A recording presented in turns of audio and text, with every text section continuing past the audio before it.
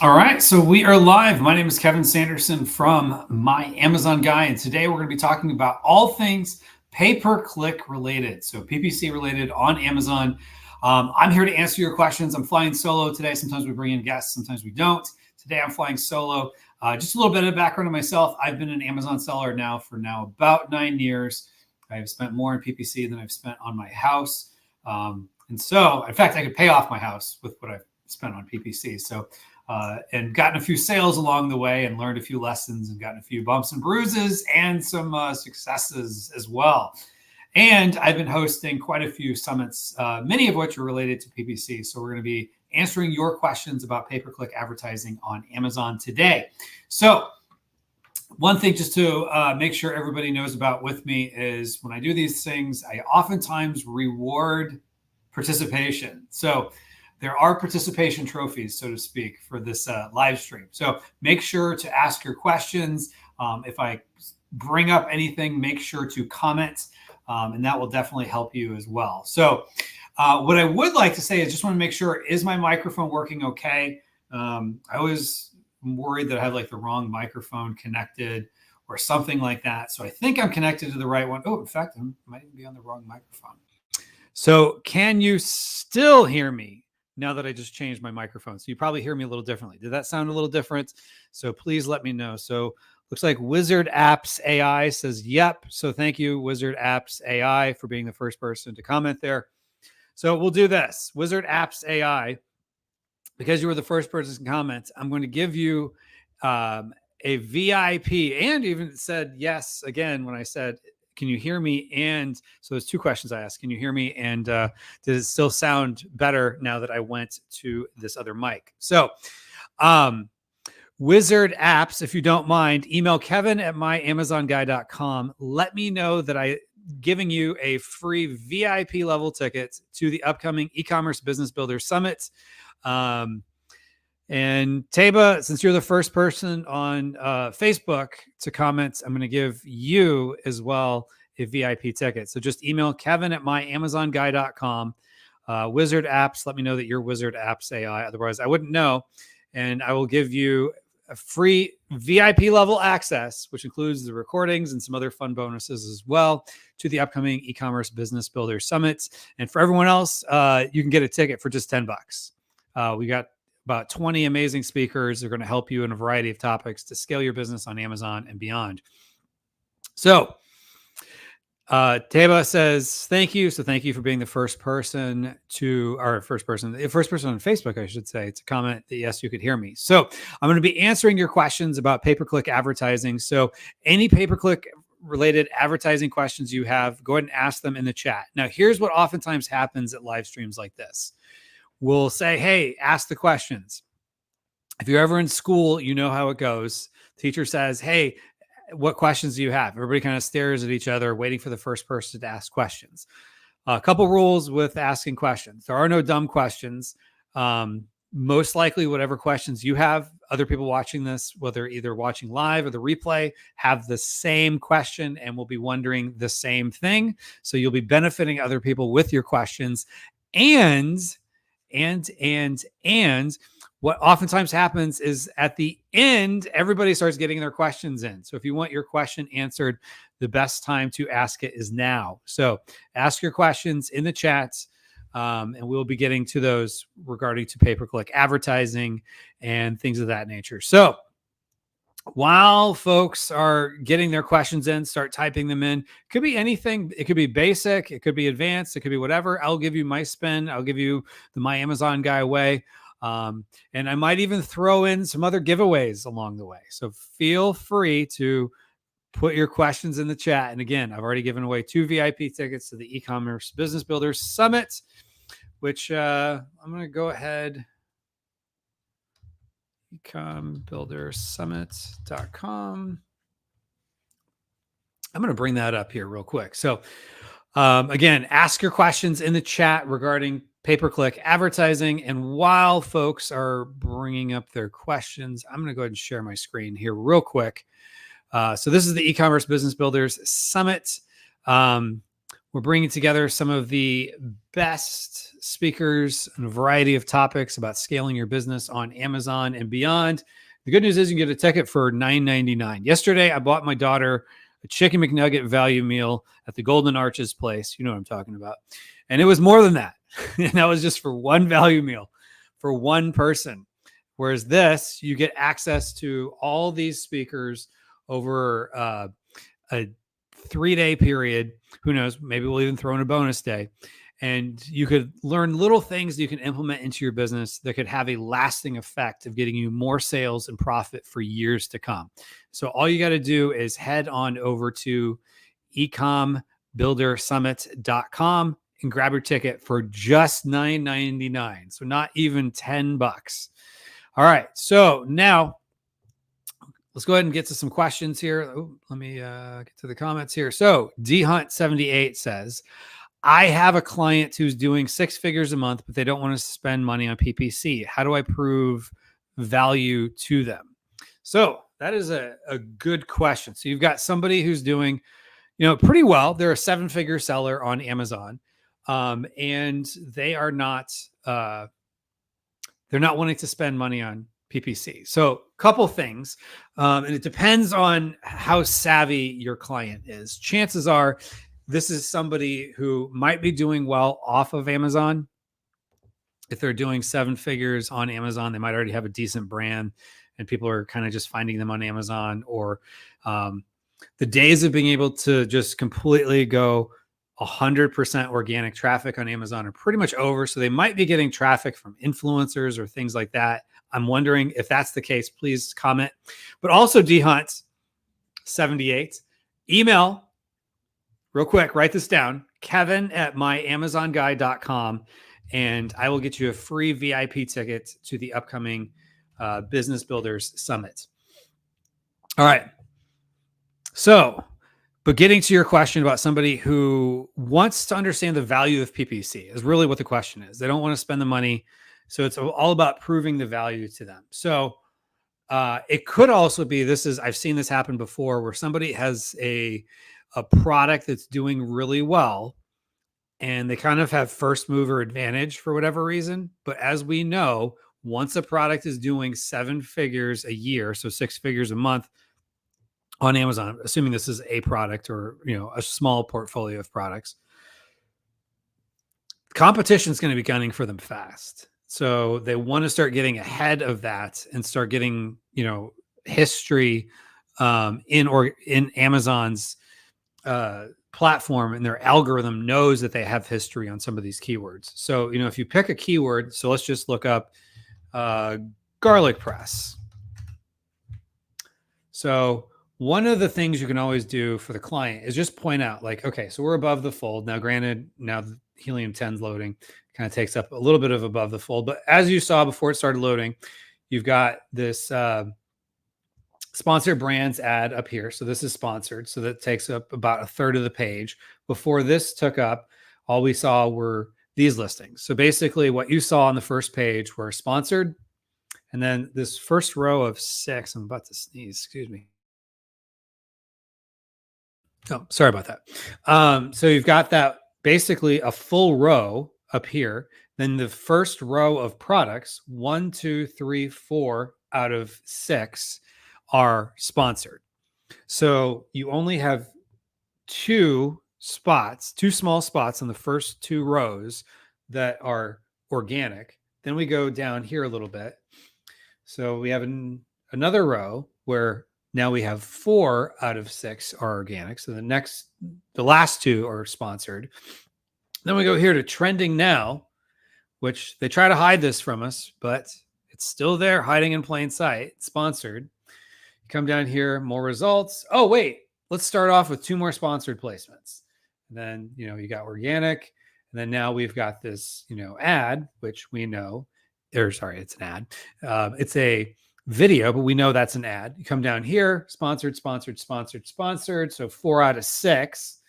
And then here we're now finally getting to a row where all 6 are organic.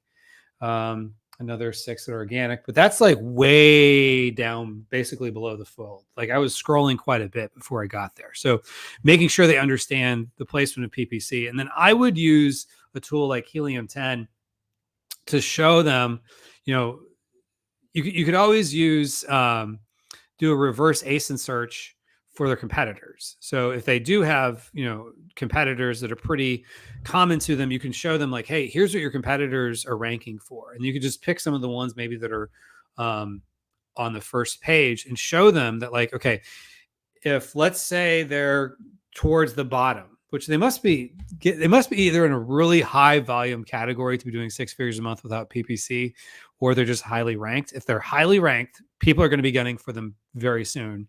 And that perch is not going to be somewhere they can rest on their laurels forever. And PPC is one way to help solidify that, because they want to get some more placements, I would say. Because if you think about it too, even if they are the number 1 spot organically, as we just saw, that's really the 5th spot in the first row of 6. Plus there's, the big sponsored brands on top of that. And then there's more and more ads down below that. And sometimes you also have editorial, highly rated. So there's all these other sponsored places that, depending on the category and what Amazon decides to show for that particular product, there's a ton. So you want to make sure to let them know that if they are seeing success, I would do your best to not just tell them, but show them like, hey, you have these other new competitors. And if you were to show like, okay, there's this competitor that's, these 5 new competitors we know, so they're also on page 1. They just launched within the last couple of months. And as they're getting more reviews, they're going to start jumping up in placement, and they could challenge your placements for some of your main keywords. And then I would do it that way. We're really, more than anything, you're showing them what the pages look like, where they are, that either if they're highly ranked, that most likely that perch is going to be knocked down a peg or 2.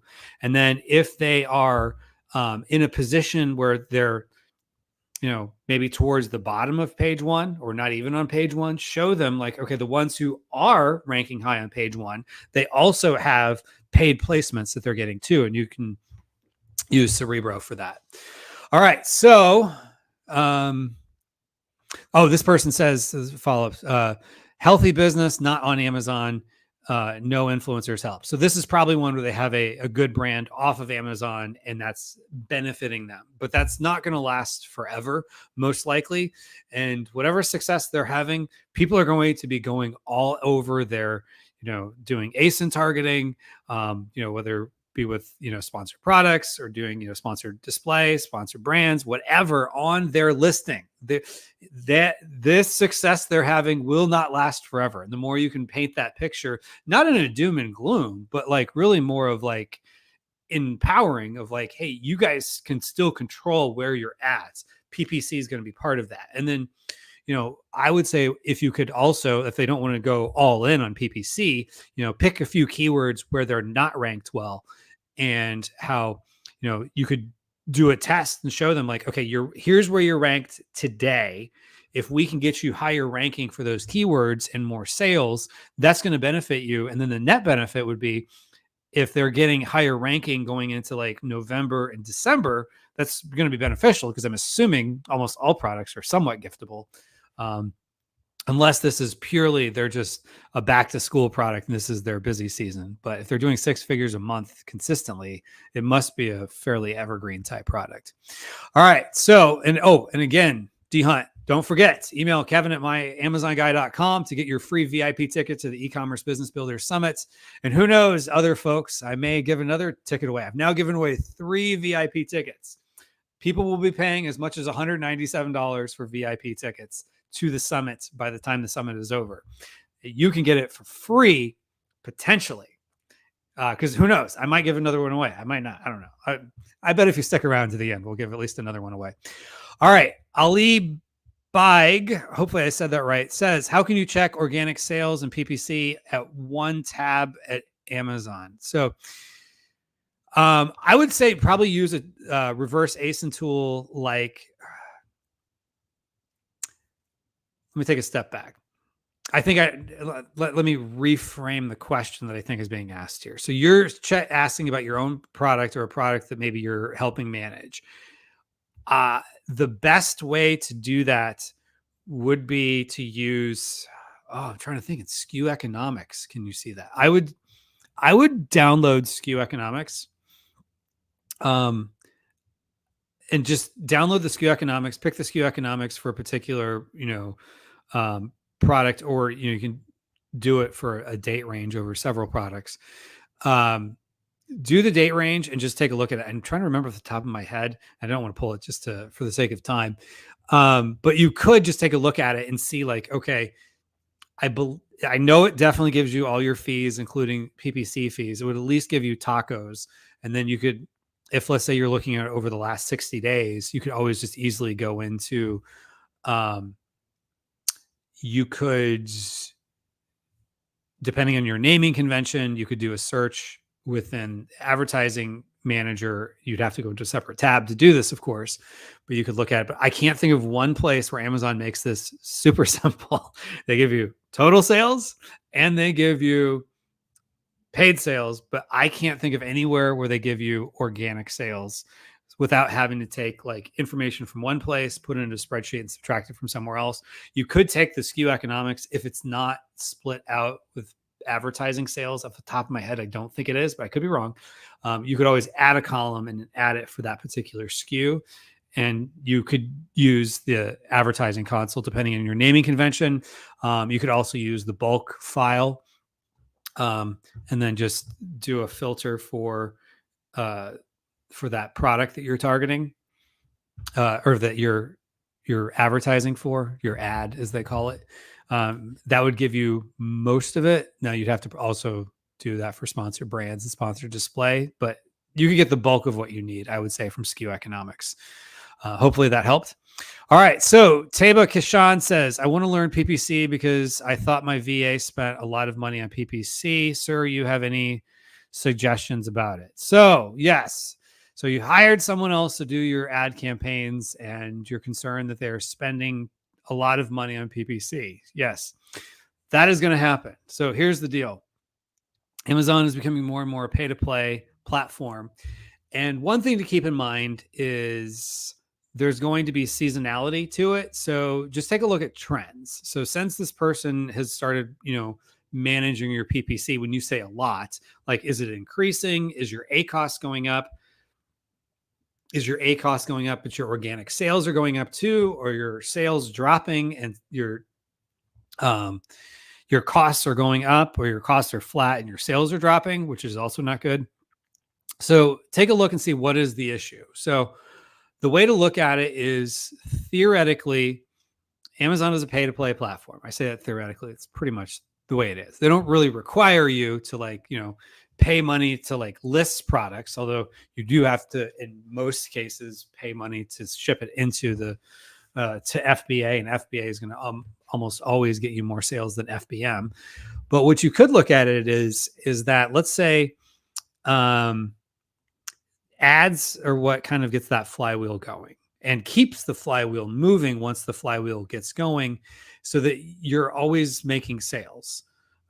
Sales beget sales on Amazon. Sales triggers to the algorithm. Oh, people like this product. We show it for more sales, more impressions. Because at the end of the day, Amazon wants to know, someone searches for widget, garlic press, best yoga mat, whatever, that your product is more likely than other products to end up in a sale. Now, it's a very oversimplified way to say it.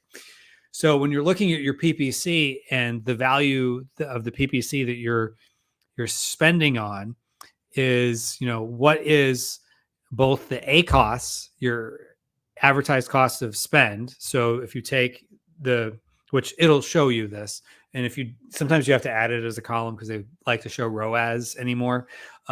ROAS I think is confusing, whereas A cost is easier to grasp quickly.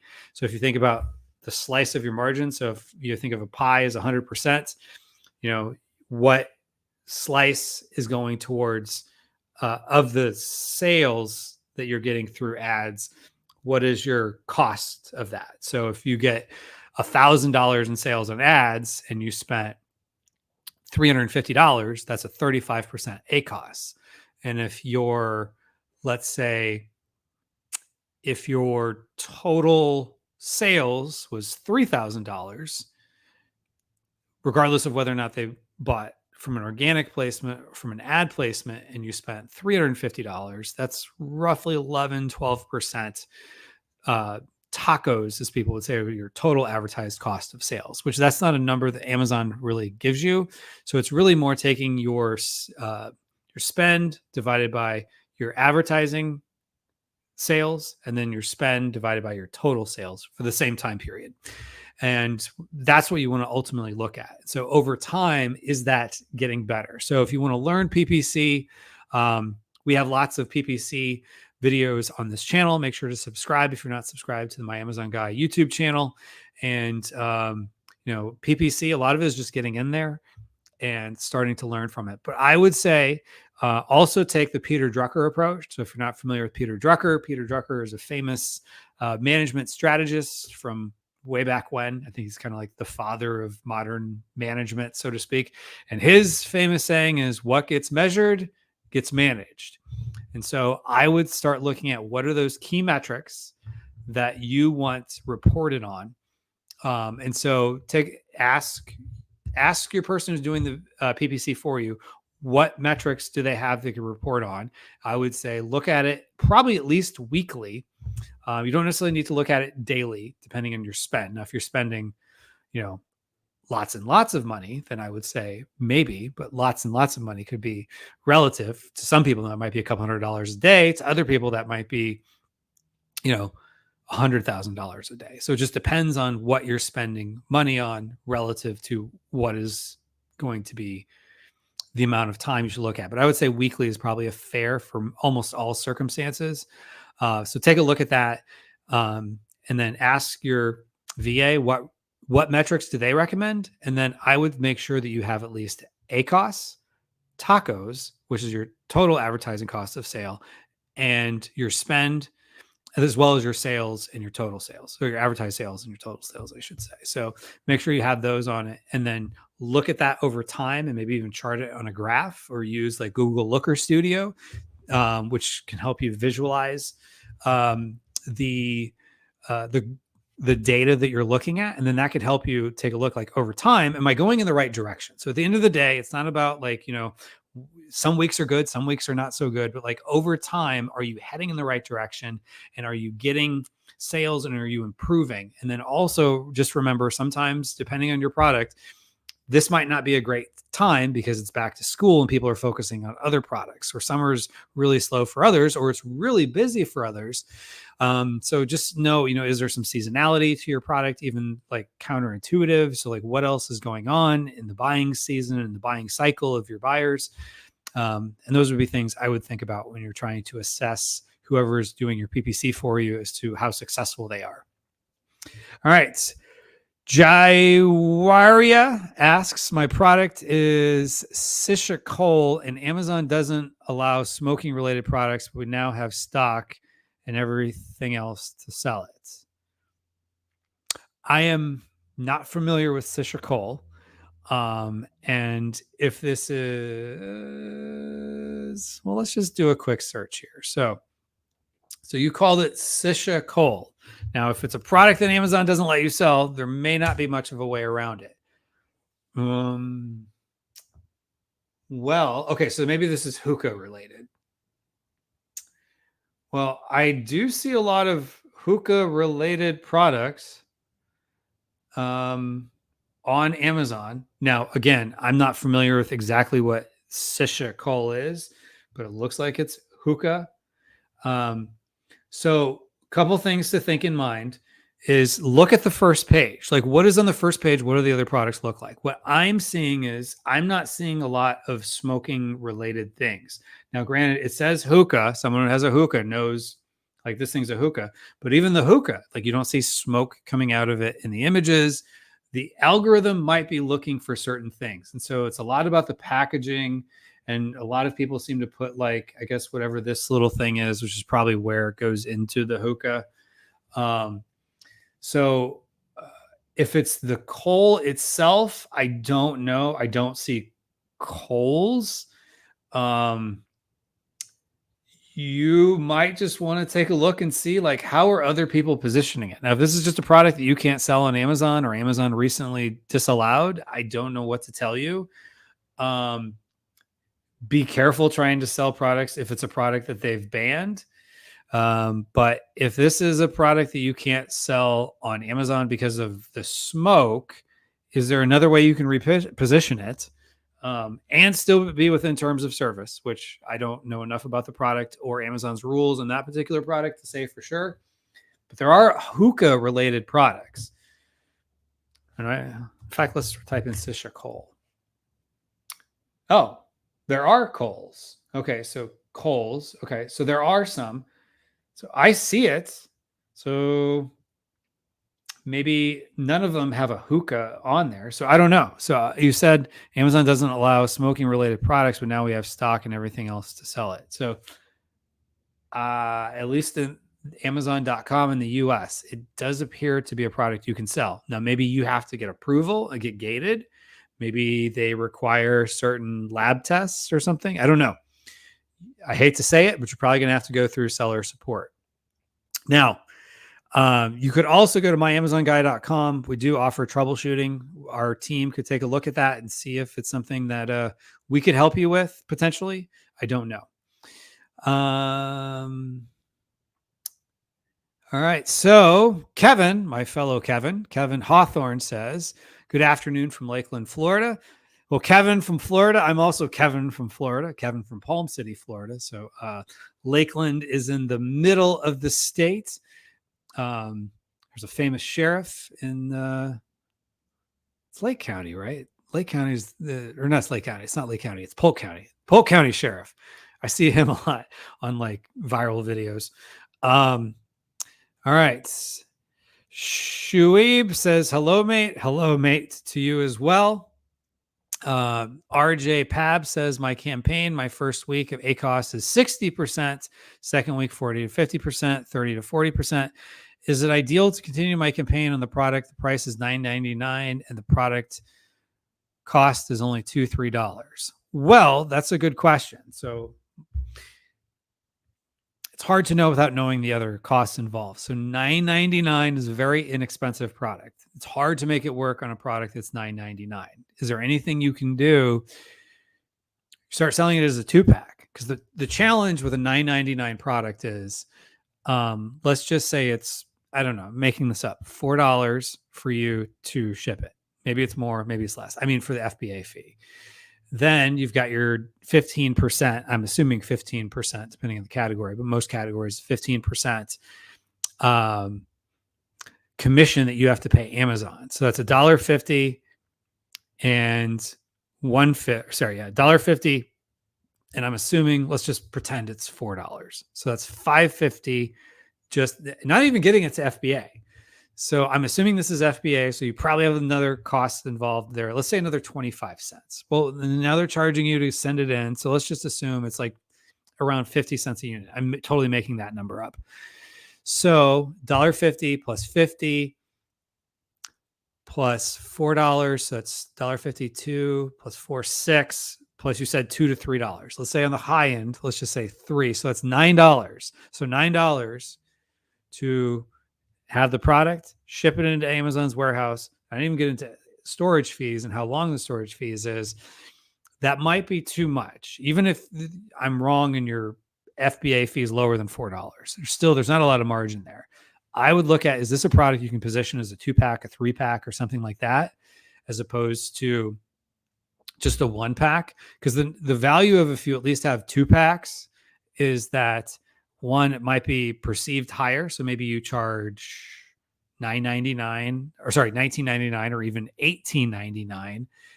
And then most likely, if they're bundled together, it's not going to be twice as much money for the FBA fee. So if you're paying $4 now, it might be $5, maybe even still $4, depending on the weight and size of the product by itself. But let's just assume you package it together, moves you up to a higher tier. Let's say it's like $5 or $6 maybe for a FBA fee. And you're going to pay the 15%, but that's less eating away, and that gives you more margin. So my only question to you is, do you have the margin to support selling it?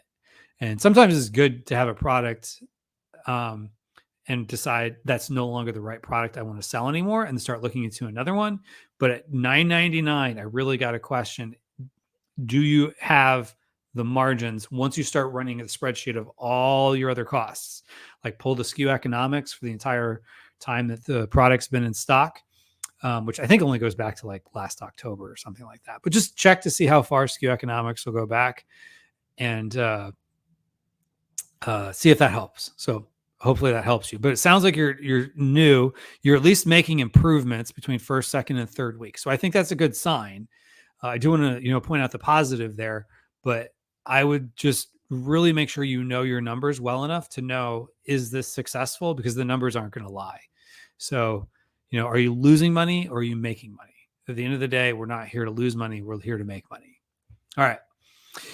Wizard Apps AI asks, for a new product launch, if you have a blue version of product 1, is it a good idea to launch 5 more color variants with only 50 units each? The plan would be involving each variant in Vine. Well, if these are parent-children variations where they truly are color variants, they would, in almost all categories, you could put them together as parent-child. Now, the good thing with parent-child variations is if you're running Vine for all the blue variants, you don't necessarily need to do Vine for all the other ones if you only have 50 units. You could, whatever the free number is, 2, or I think it's 2 that they give you for free in Vine, you could, I'm almost positive you could do that for all the other color variants and then get a couple others. So the nice thing with that is all of your reviews are pooling together. So if you have 6 total children, I'm like, which hand am I holding up? If you have 6 total children there, and they all have an average of 2 reviews, you would show as having 12 reviews. And the nice thing is you're not gaming the system if they're color variants of the same product. So Amazon would keep you together. And if they ever did split it up, you should be able to have them allow you to put it back together. So this would be a very legitimate pooling together of reviews. It's just over the years, I've seen people take, a Post-it note pad and a box cutter, and then they try to make them child variations. Like they're not even in the same category. Maybe they're both office, but I don't know. People have tried stuff like that in the past. Sometimes people try to get away with style variations, or it's kind of a similar product, but it sounds like this is legit. So I would say this is one where, why not? If you think you're going to get more sales. And who knows, maybe the green variation is the one people actually like. Sometimes you really don't know and you end up getting surprised. Oh, I got some more follow-ups with that. So combining them under one listing and discontinuing the extra variants after collecting 100 reviews, then you'd begin a heavy PPC campaign. Is this an effective strategy, and how would you handle it? The logistics to make the most of the honeymoon phase with aggressive PPC. Oh, I see what you're saying. So basically your goal is to do exactly what I just mentioned, but then stop selling them. I believe the reviews would still show together even if you closed the listings. It's just if it got split up, like Amazon might take the closed listing off of the variation family, so to speak. But here's my question to you. If you're getting sales and you're getting them profitably with the variations, and you don't have to order like, a whole new container of product, or you're not looking at a new MOQ to do that, and maybe you can actually get more favorable terms from your supplier because you're ordering multiple products from them, why turn it off, so to speak? Like, just keep selling the additional color variants. It could be worth it to you from what I'm understanding here. I don't see the downside. I'll just say that. So if your thought was, hey, I'll launch this way, why not just keep it that way? And you can always turn off PPC to the ones that aren't performing well with PPC. And if you just have a handful in stock or whatever, and maybe they sell well around holidays and other times, because sometimes people will search for red widget or whatever your widget is, and they find the one that doesn't normally get PPC, and it just, because it's so targeted, it gets ranked, and then maybe they end up coming to your listing and buying the blue one. And so maybe it also brings you organic sales, even though they didn't buy that particular product. So something to think about. Automatics or manuals? Good question. And the answer is yes. I would say do both. But if you have more questions, I would say do both. I like personally automatic targeting as well as manual targeting. I say do both. On all products that I launch both. I take keywords I want to go after and I put those into a manual campaign, and I let auto run, because I've had disastrous auto campaigns and I've had other auto campaigns that just were practically printing money for me, and I didn't have to do much. And sometimes you might find like, okay, maybe compliments works really well, or substitutes, oddly enough, works well. And sometimes you just don't know until you try it. So I would say do both. All right. Abdul Rahim asks, what's the Amazon logic? What's Amazon's logic? I like that. Behind finalized CPC costs. Why old PPC campaigns can have low CPC in terms of new PPC campaigns. Oh, so I think I understand the question here. So I just want to kind of rephrase this. Like, why is it some of your older campaigns have better cost than some of your newer campaigns? Some of that is just history. Like Amazon's algorithm feels better about, because it has feelings. It just does better, so to speak, with the old campaigns, because there's history, it knows behind it, whereas it doesn't have the same history of what works and what doesn't sometimes with the new ones. And sometimes it's even the same keywords, or sometimes you would think like, okay, in the new campaign, maybe you're putting exact matches where you had broad and phrase maybe in your old campaigns, or you just have new keywords, and new keywords, maybe the new keywords aren't performing quite as well. But then also, if you're looking at it over the course of like lifetime view, so maybe more than 60 days, so you're looking at like year to date or lifetime, so you're looking at a longer time horizon than maybe you would with a newer campaign, because you have more history. Sometimes what happens too is, with attribution is not right away. It's technically a 7-day attribution. So if you're looking at things in a shorter window of time, for the newer campaigns, and then your older campaigns, maybe you're looking at longer, Amazon might have gone in and cleaned up some of the attribution. Now, usually that doesn't go past 7 days. But then also you might want to look at it as it could also very well be that I noticed this too, where like, the history sometimes will be better than it was in the present. Like, meaning like, today's present is tomorrow's history. And so as time goes on, sometimes the algorithm finds like what they believe to be fraudulent clicks, and you'll get credited back somehow.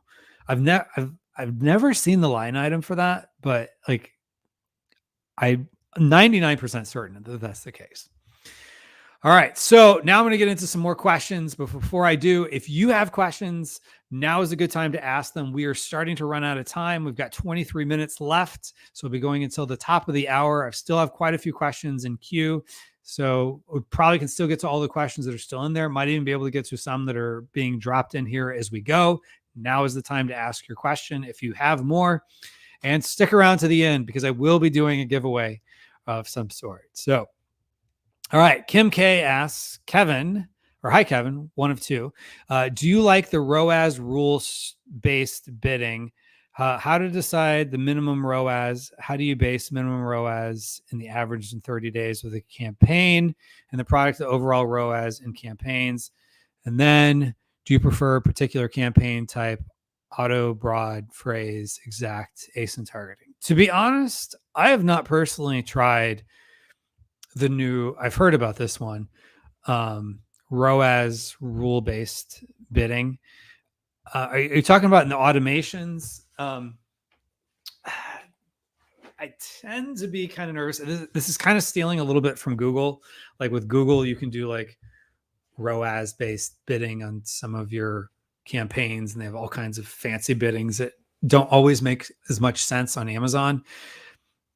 Maybe I'm just old school because I've been doing it for now just over 9 years. Well, I've been advertising since early 2016, I should say. My first sale was in early August of 2015. Anyway, I tend to like all the above when it comes to campaign types. I also tend to be the type that believes when in doubt, test it out. But I also believe keep it simple. And anytime Amazon comes out with new things, sometimes there's a first mover advantage to it, but also too, sometimes things don't work out as well. Stephen would say 1 out of 10 new Amazon programs is good. I don't have enough history on anything ROAS based rule bidding to really be able to give you a solid answer to that. But when it comes to types, try auto, try broad, try phrase, try exact, try ASIN targeting, because they're all going to give you a little bit different placements and whatnot.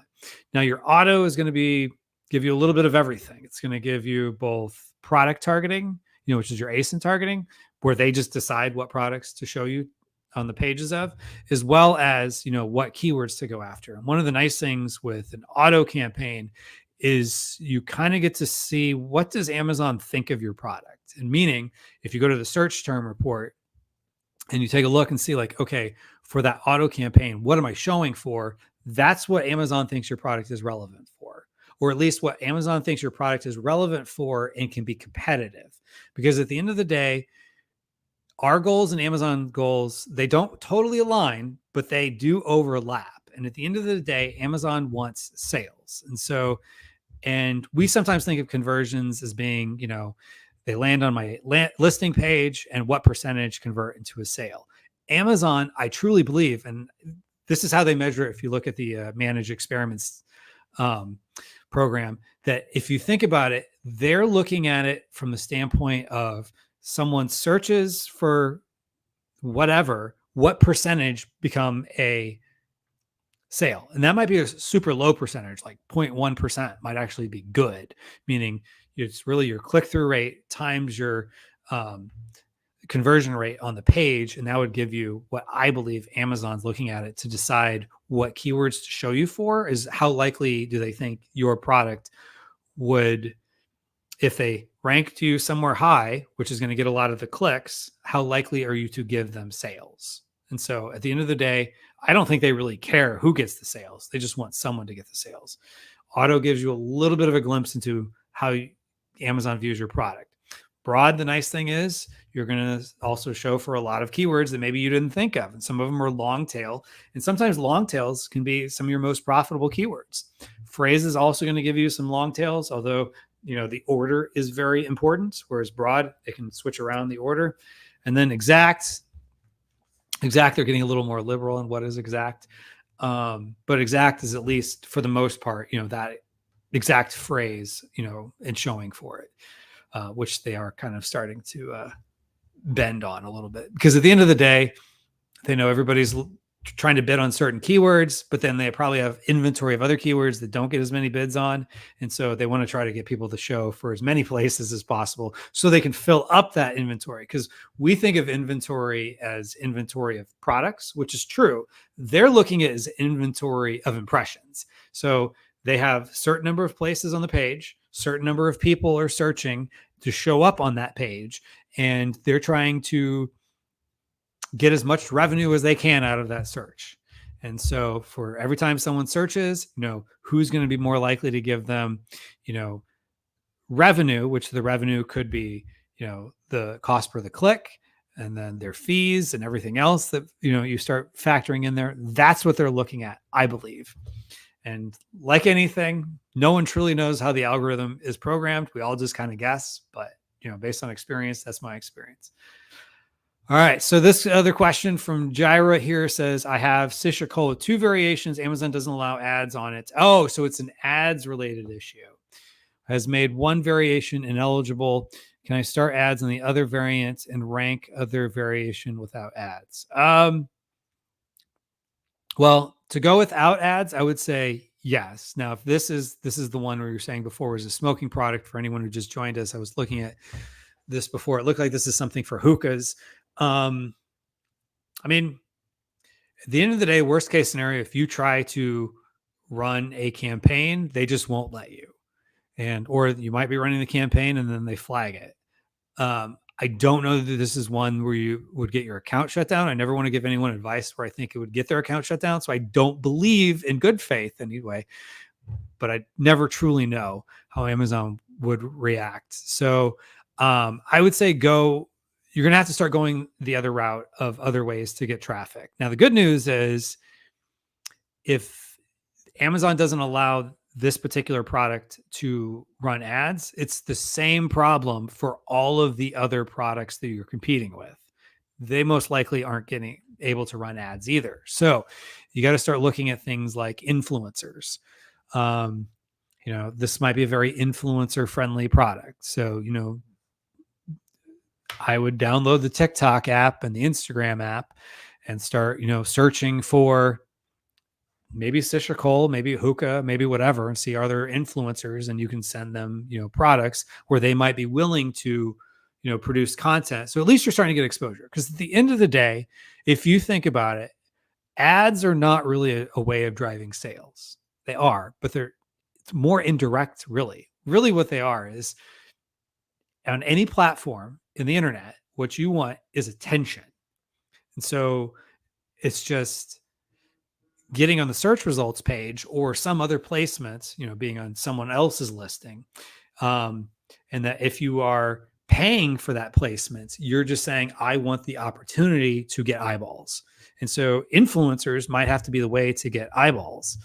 And so I would start looking at your competitors, see if you can it's not super simple, but see if you can start figuring out is anyone, you start finding some of your competitors if you're looking on TikTok or Instagram, or if you Google your competitors, you're finding them in blog posts of the 10 best Sisha Coles or something like that. If somebody has an existing blog that's the 12 best whatever, see if maybe what you could do is go into that blog post, click on every link within them, and see, is anybody out of stock? And if they are, email the publisher of that post, be like, hey, this particular product you have on there is out of stock. I have one that I think would be comparable. If you'd be willing to put it in, I'll pay you 10% or whatever, and then you could give them a attribution link if you're brand registered. So that's something you could do. So at the end of the day, you just want eyeballs. If unfortunately PPC is not available to you, it's not available for others in your same category. So at least you should be on an equal footing with everyone else. And then start looking for alternates. And if they let you get away with PPC on one of them, chances are it's probably not going to last forever. All right. So Abdul asks, second question, how Amazon calculates CPC costs. There are many products which are selling on Amazon under $10 price, but their CPC costs are much higher than those products that are selling above $20. I want to know Amazon algorithm to calculate final CPC. I would love to know exactly what it is. But I think in the code, they actually wrote the words, it depends. No, I doubt the words, it depends are in there. But that's truly the way it works, is it depends. So going back to what I was saying before, if I'm on Amazon or if I'm Amazon's algorithm and someone searches for yoga mats, they want to know what yoga mat is most likely to give them sales. And they don't care if it's this one or one of these or this one.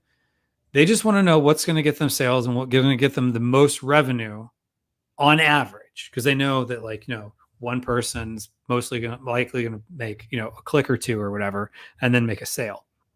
Well, depending on the product, some products, more window shopping to get there. But at the end of the day, it's pretty cut and dry. Amazon just wants to know what's going to get them sales. So they know if they put a sponsored placement up here, that's going to get more clicks. And if they put a sponsored placement down here, it's not going to get as many clicks. And if they put a sponsored placement, how low do the sponsored placements go? Oh, this one. Other items to consider. I don't know that I've seen that one before. So this is a sponsor. These are sponsored placements. Granted, we all know this is going to have it's not even, it's other items to consider. Oh, now they're getting creative. It's not just that product, it's other type of products. But like if we come to one of the last of that exact yoga mat type of product, wherever it is, but let's just say this one here. So this particular yoga mat is going to have so many fewer clicks than these four here that are at the top of the page. And so they might even be giving a discount to these because they're more likely to get them sales. Whereas maybe this product down here might actually have to pay more for that placement, because even though this is counterintuitive because it's top of the page, but it comes down to, if you think about it, relevancy. And the best way Amazon has to measure relevancy is how likely are people to purchase it. So every 1,000 times they show this product, how many sales are they going to get out of it? Is it 1? Is it 2? Is it 12? So Amazon really wants to know of every possible impression, how can they milk out the most amount? And so essentially you can get a discount. So it's hard to say because it's almost impossible to know what you're paying versus what your competitors are paying. And so to answer your question of how do they come up with it, no one truly knows the calculation other than sales beget sales. And so control what you can control, which is get more sales so that you have less cost, I should say. So more sales should get you actually lower costs per click, potentially. Not always, but sales beget sales. So just get sales and get sales profitably, and the rest will kind of figure itself out. All right. So next up, what do I have here? It became ineligible. This is about the smoke thing. I used our relevant SISHA related keywords and title. So I'm running ads on listing with no relevant keywords and title. Will it work? Possibly, but not until it doesn't. And that's using keywords that you can't advertise for. Eventually they'll figure it out. The algorithm is smarter than we are. Well, at least with this kind of stuff. So eventually it will probably catch up to you, is my thought. All right. Marnie says, if there's a good budget, what is a good PPC spend when scaling? Good question. What is causing my keywords ranking to fluctuate up and down significantly overnight when my bidding is the same? This is quite a few different questions. So I'll try to answer them one by one. So is there a good budget? It depends on whatever you can spend. So if you think about it, like, if, how many sales do you have the potential to get? If you think about it, if you have a 10% conversion rate on the page, that means you would need 10 clicks to get a sale. If you have a 20% conversion rate on the page, you need 5 clicks to get a sale.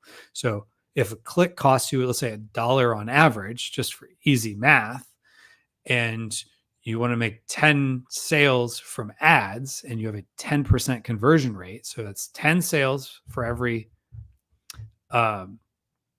10 clicks for every sale times 10 sales you want to get. That means you need 100 clicks. That's $100.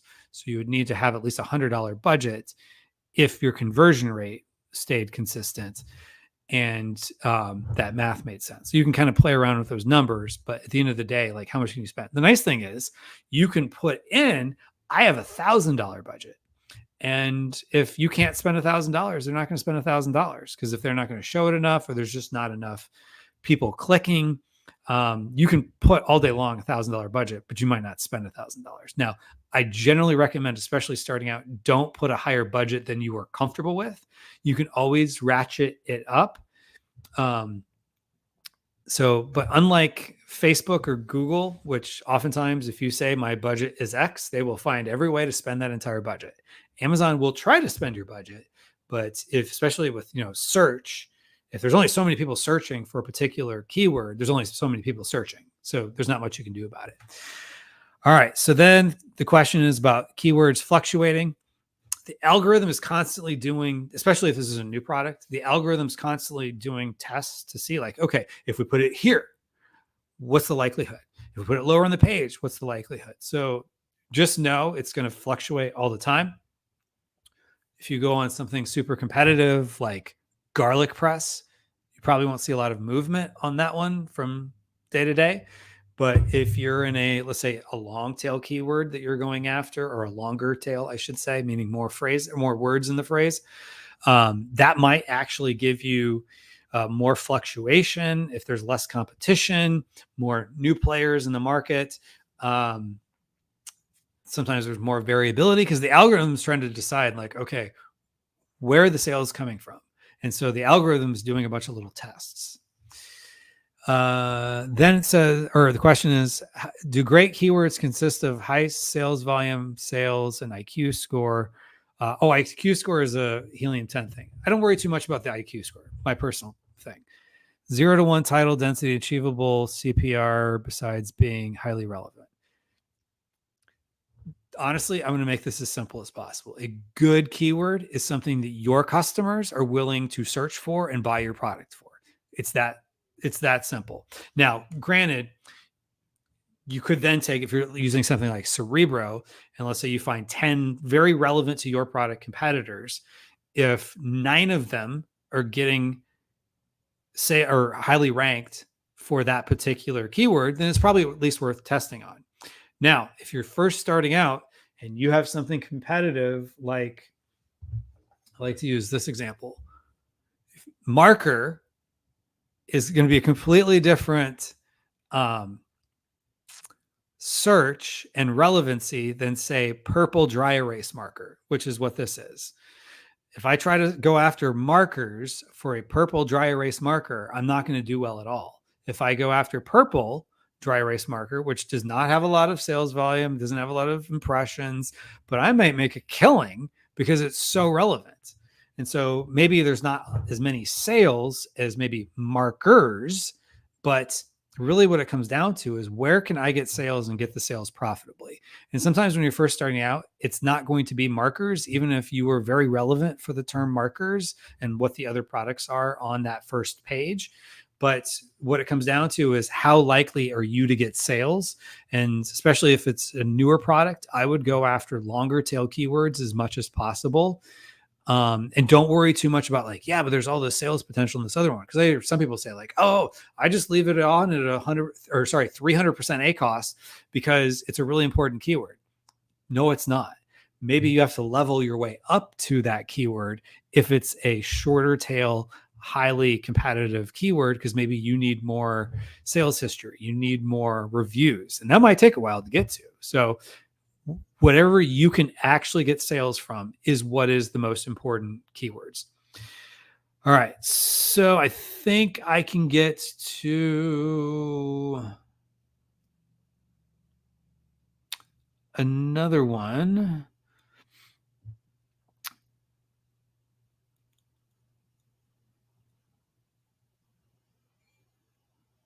All right. Let me see if I can find one. Oh, all right. So we're going to do a giveaway after this. This will be my last question I answered. Jordan Lee Smith says, I have 2 products.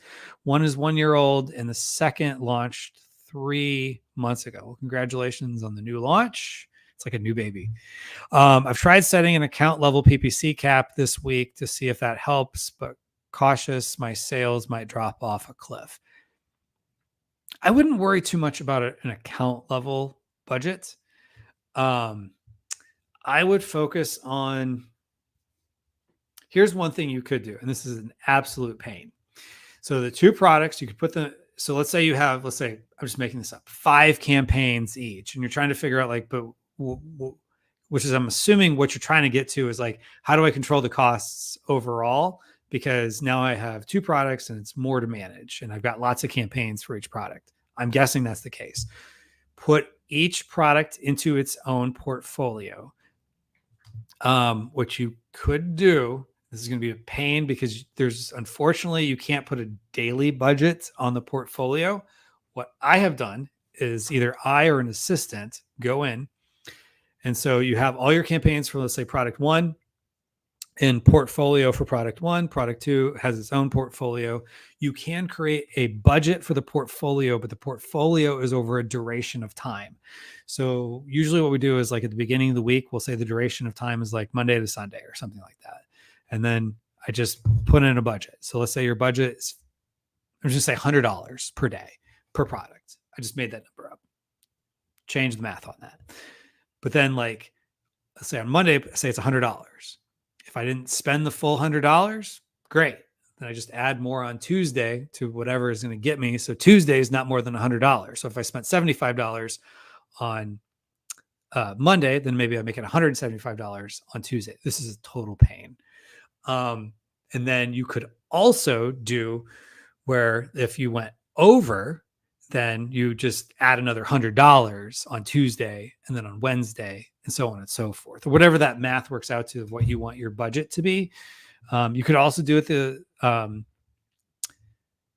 the account level. The problem with that is if one product is doing really well and you're really trying to control your costs on the other product, you could be hurting your sales of the product that's doing well, which I'm assuming is probably the existing product. So that would be my thought. All right, so we have some other questions I didn't get a chance to get to, but I am going to do a giveaway to thank everybody for sticking around here to the end. So I am giving away a free ticket to the E-commerce Business Builders Summit. This is a summit which is going to be happening in a week from today for 3 days. We've got a bunch of speakers showing you a variety of topics of how you can take your business to the next level, drive more sales, find new sales channels. I mean, the nice thing is I do these summits. This is now, I think, my 20th summit that I've hosted. And I do these somewhat selfishly because I get to learn myself what works and what doesn't from other great people. And so I enjoy putting them on because I get to learn new things. And so you get to come along on my journey where I get to ask people questions that know stuff. So if you would like a free VIP ticket, which there will be people paying about $197 by the end of the summit. In fact, they'll be paying for the general admission ticket, which is just under $10, and the VIP ticket as much as $197. So some people will be paying for more than $200 for what you could get for free. So I'm going to give away one. So if you're interested in a free VIP ticket, type in VIP into the chat. VIP as in very important person. Now, everyone here is a VIP, but if you want the VIP ticket, put VIP into the chat. And with that, I'm going to go to Wheel of Names, which I love Wheel of Names. And the interesting thing is, I think it was my kids were telling me that they use it in school. Like the teachers do like giveaways and stuff like that. And they use the Wheel of Names. Oh, gotta add that to the stage. All right. So if you would like to win a free VIP ticket, all you got to do is put in VIP into the chat. VIP, very important person, and I will get to those. So, all right. So if you want to win a free VIP ticket right now, it's really good, really good chances because we got way more people watching than we have people that have entered. Oh, now they're starting to come in fast and furious. So, all right. So we've got Kim K. We've got Nab. We've got Umar. we've got Marnie. And again, if you want to be entered to win a free VIP ticket to the e-commerce business builder summit, just type in VIP into the chat, and I'm going to pick a winner using the random number. And it's not a random number. It's basically a random number generator that looks like Wheel of Fortune. But I will be using this here shortly to pick a winner. We have way more people watching than we have people entered. So that means you have a very good chance of winning.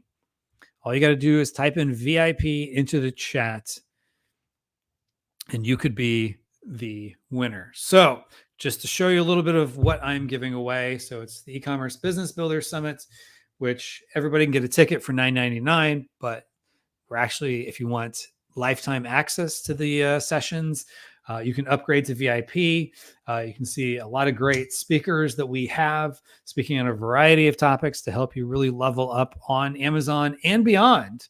Lots of great stuff, which you can get access to that. So, and then the VIP upgrade, which comes with some bonus, comes with a $50 PickFu credit, comes with lifetime access to the recordings, comes with the My Amazon Guy CTR course. You get all of that included as a VIP. And all you got to do if you want to be entered to win with no obligation is just type in VIP into the chat. Right now we have 5 people. 1, 2, 3, 4, 5. Yes, that balances out. So I'm going to call last call. And so the 5 people, I'm going to honor them with picking a winner here soon. So if you wanted to be entered to win, maybe you're watching the recording or you're watching it a little bit on a delay because you didn't want to miss a minute of this. I appreciate that. But we are going to be going live or picking live here, the winner. So you have to be live to win. So going once. Going twice. Take a quick sip. And that is it. So I've already given away 3 VIP tickets, but I'm going to give away another one to Umair. So Umair, you just won VIP tickets. All you got to do is email kevin@myamazonguy.com. Again, Kevin, Kevin, myamazonguy.com. Just let me know you're Umair who won the free VIP tickets. And congratulations. And everyone else, you could still be a winner because you can still get your ticket for just $9.99. I was saying earlier, I took my daughter to McDonald's last night, to the Golden Arches place. We got a chicken McNugget value meal for her. It was more than $9.99. You, for just $9.99, can get a ticket to see all these sessions for the course of the summit. So over the dates of the summit, you can get access to all those sessions for just $9.99. So Umair, congratulations. Everybody else, if you're interested, go to ecombuildersummit.com, and we will see everyone on our next live stream. Thank you, everybody. Take care.